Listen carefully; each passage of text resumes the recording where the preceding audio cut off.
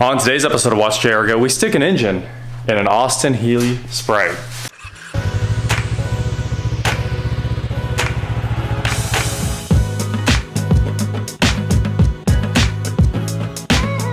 What is going on, guys? I'm Watch JR Go, and today we are here with the Austin Healey Sprite again, and it's time to get busy assembling more of this thing, the actual drivetrain. So this hole right here, basically all of this is what we're trying to get in today. So Josh has been working on the transmission, got it all painted to match the engine, looks super nice, and motor mounts and everything are painted black. There's the clutch basket right there, all of that stuff's painted. So it's time to get this engine in the air and start putting it together, and then put a transmission on it, and once they're mated together, slide it in the car.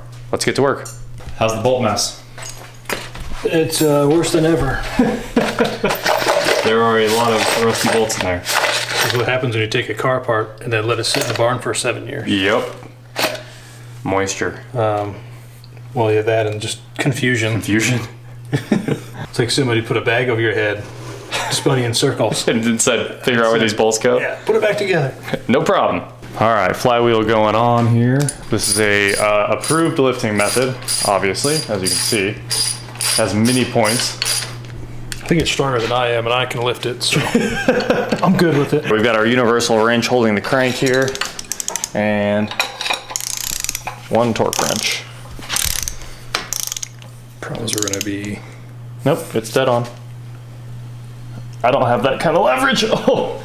Yeah, the problems are going to be fighting each other. I was like, I'm holding up as tight as I can. Okay, coming back here to get the clutch alignment tool just for this thing. And then we can assemble this. Okay, clutch basket, clutch alignment tool, and here is the clutch disc right there. So basically all we gotta do is line up the dowel into the clutch basket. It goes right there. It's the smaller hole at the very top, and stick this thing together. She's pretty lined up. This is so simple when it's out of a car. It's so much more of a hassle when it's still in the car and you're trying to swap a clutch. Good, do your worst. All right, we're gonna see if this drill over torques them.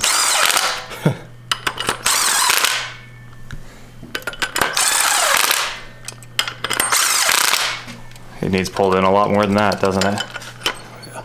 We should probably find some bolts for this before I pull all these out. Yeah, we're gonna have to set it on the ground if we don't. This is also a really nice transmission to work on because it weighs absolutely nothing. You go 48-point turn. 48-point turn. And then, of course, the engine hoist is almost bigger than this whole car. All right, lined up, centered about there. You want to hop in there and hold the trans snout? That seems like, is it gonna have to come off? Probably. Oh, shit, I'll roll in. I'm like, that'd be a lot. The jack is just too wide. Is it?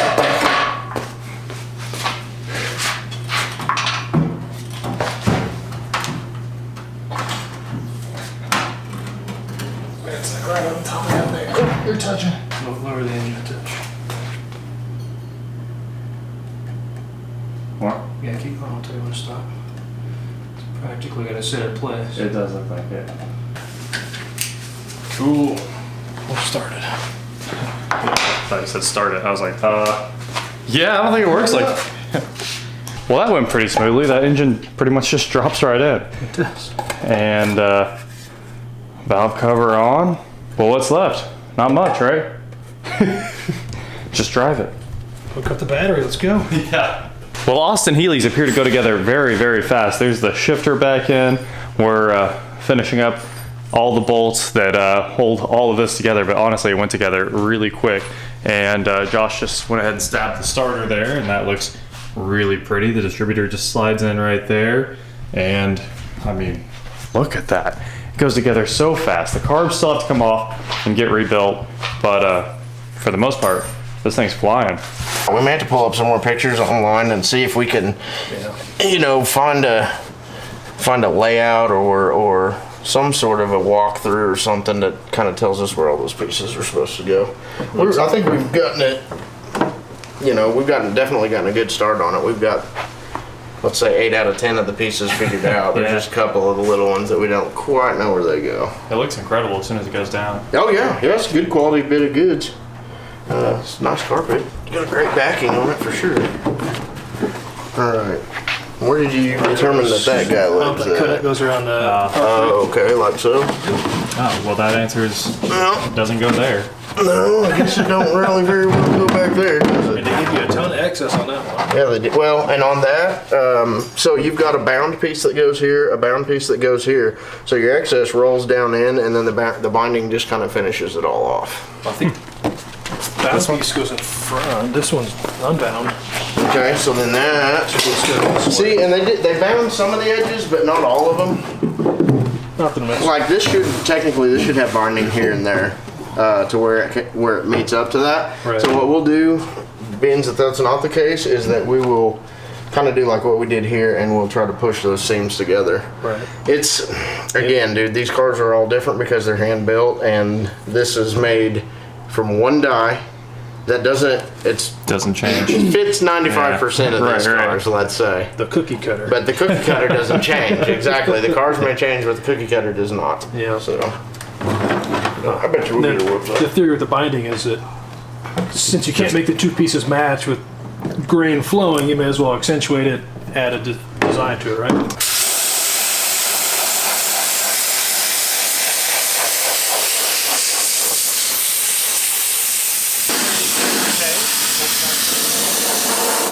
A coupe, 33? Is that what you said? That's a 4-door. What is it? That purple one? The L8's got? Yeah, it's your. Yeah, that's a really cool era of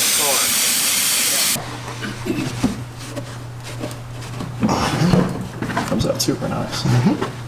Yeah, and I'll take my stuffing tool and give it the last little shove in there. Where is that little doodad? You see that little paddle tool, Josh? Wooden guy? It's like underneath you or something. Isn't it? Yeah, so you kind of work that in there a little bit, and then it comes to a real nice Yeah, finish look. it's like a single piece almost. That's the idea. You don't really want any of that white backing to show, which unfortunately on this kit it just is what it is. There's going to be some spots that it shows, but you can take and touch it up with paint pen or marker or something like that to hide that white backing. Generally, like if we built this through our shop, this would all be hand fitted instead of mass produced, obviously. There's like bolts there to fight. Yeah, and again, sometimes in these areas down here, they're just not finished like you would think they would be. Yeah, this carpet kit probably fits 20 years of car. So some had bolts there, some probably didn't. Precisely. I know we've got a seatbelt button here, The Grom, and I'm yeah. sure the 58 model, the early ones, didn't have that. Probably not. Probably a 60s thing.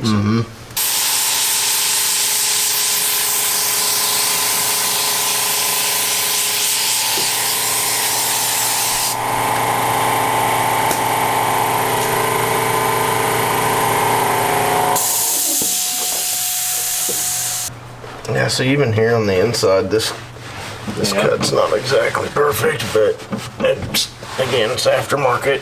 It's just part of the game.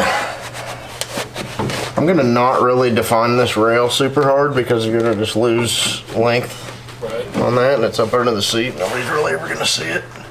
Well, we are out here at the shop to use the frame machine, that frame machine there. It's got 4 wheels and a bending device. And what we need to do here is pull this down just a tiny little bit because somebody's like bumped something, and obviously that metal's very small and fragile. Actually, both of these need to move just a little bit, don't they? Yeah, this one's 10 and a half. And this one is 10 and 5/8 maybe. okay. But when you put it together, the grill has an obvious like irregularity on this side. Yep. It looks like this side needs to go down a 1/2 inch if I were to guess. So I think we'll shoot for that. Cool. And we've got Maybe a 1/4 on this side. the frame offset device right there, which should keep the suspension from compressing at all. I'm just gonna give it a little bit of push, and that should come right out. So this thing should go together perfectly right after that. Yeah, we were a little too close, weren't we? I didn't even realize.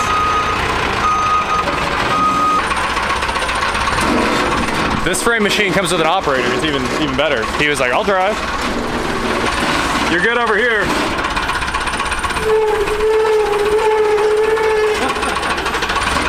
Amazing. Come on in.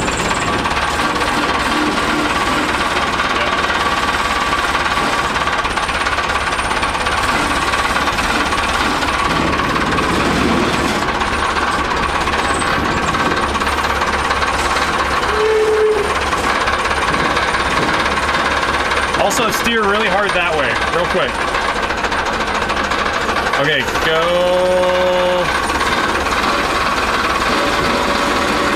All right, straight. Nailed it. Come on in. A little bit of extra weight. All right, gentle, slow.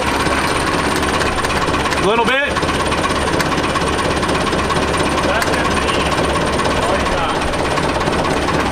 Not enough, yeah. It is moving. Get out of the tail. A little. Okay. Go ahead and go up. We're gonna back up like that much. Yeah. It's almost perfect, I think. Gotta go down a little bit more. Go ahead. One more time. Just a little bit. Stop. Is that all you got? It overpulled just that much, so it should be perfect. All right, take me up. I didn't think I was gonna weigh that much. No, it moved a ton as soon as the jump. It was like, oh, I'll do it. Right. Did you hear the miss? Yeah, it does have a miss. Oh, look at the smoke. That is it for today, guys. Thank you so much for watching. We've been working on the Austin Healey for a bit, getting all this stuff done. I know this one took a couple days to, you saw all the shirt changes. It was multiple days. We've been working hard, but thank you so much for watching. Don't forget to head on over to shopwatchchairgo.com where you can get cool shirts. Well, not like the one I'm wearing. And please, like, share, subscribe, do whatever you want to do, and I will talk to you next time. Hey, can you see my bald fucking up there? No, I didn't even know you were bald, man. Oh, can you see it receding? Nope. Hair looks great. Good. Thanks for the ride. Yeah, no problem.